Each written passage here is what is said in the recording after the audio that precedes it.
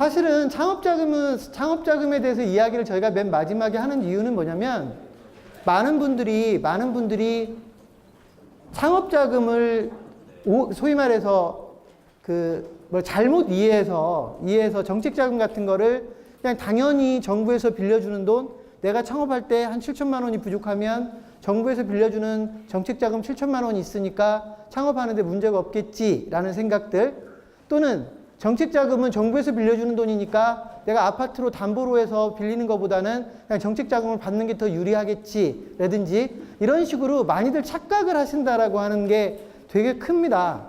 또 한 가지는 오늘 오신 가맹국, 오늘 저희가 초청한 프랜차이즈들도 지금 대출 프로그램, 소위 창업자금 융자 프로그램들을 가지고 있으세요.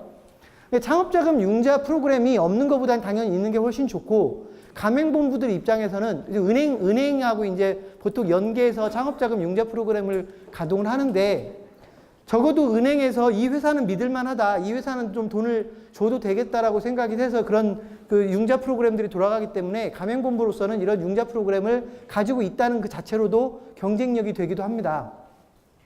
하지만 제가 이 3교시 시작하면서 아주 원론적인 이야기를 좀 먼저 시작하고 하겠습니다. 저는 기본적으로 돈을 빌려서 창업하는 것을 반대하는 사람입니다. 창업을 일단 해야 되니까 돈은 부족한데 결국 돈을 빌릴 수밖에 없지 않느냐. 물론 그 말도 틀린 말은 아니에요. 그런데 창업에 필요한 돈이 부족하면 돈을 빌리기보다는 그에 맞는 아이템을 찾는 게 더 중요하다고 제가 1교시에서 잠깐 언급을 했습니다. 그래서 왜 그런가를 먼저 여러분들이 아셔야 되는데, 많은 분들이 창업은 위험하다, 창업하면 실패율이 되게 높대더라, 뭐 5년 지나면 80%가 망한대더라, 3년 되면 50%가 망한대더라, 이런 말들을 어렴풋하게 듣습니다.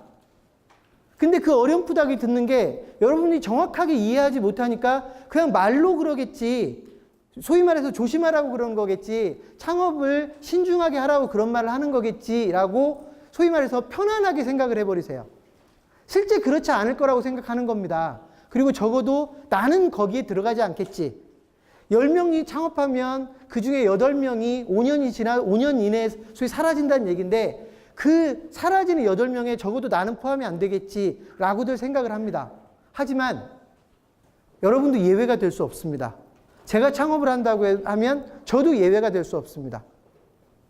실패율이 그렇게 높다는 겁니다. 그래서 가급적이면 현재 여러분이 가동할 수 있는 창업 자금을 바탕으로 해서 할 수 있는 아이템을 선정하는 게 가장 좋겠다. 그럼 창업 자금은 언제 빌리는 거냐? 정말로 이 아이템을 해야 되겠어요. 이 아이템이 마음에 들어요. 모든 게 마음에 들고 가맹본부가 믿을만하고 노하우도 충분히 가지고 있는 것 같고, 얘네들이 나를 도와주면 내가 정말로 사업을 잘 할 수 있을 것 같아요. 그런 확신이 들었는데 돈이 좀 부족해요. 이럴 때는 어쩔 수 없이 창업자금을 어디선가 조달을 해야 되잖아요. 그런 부분 때문에 제가 3교시를 이야기하는 거지, 여러분들에게 적극적으로 돈 빌려서 창업하십시오라는 의미에서 3교시 수업을 강의를 하는 게 아니라는 걸 먼저 말씀드리고 가겠습니다.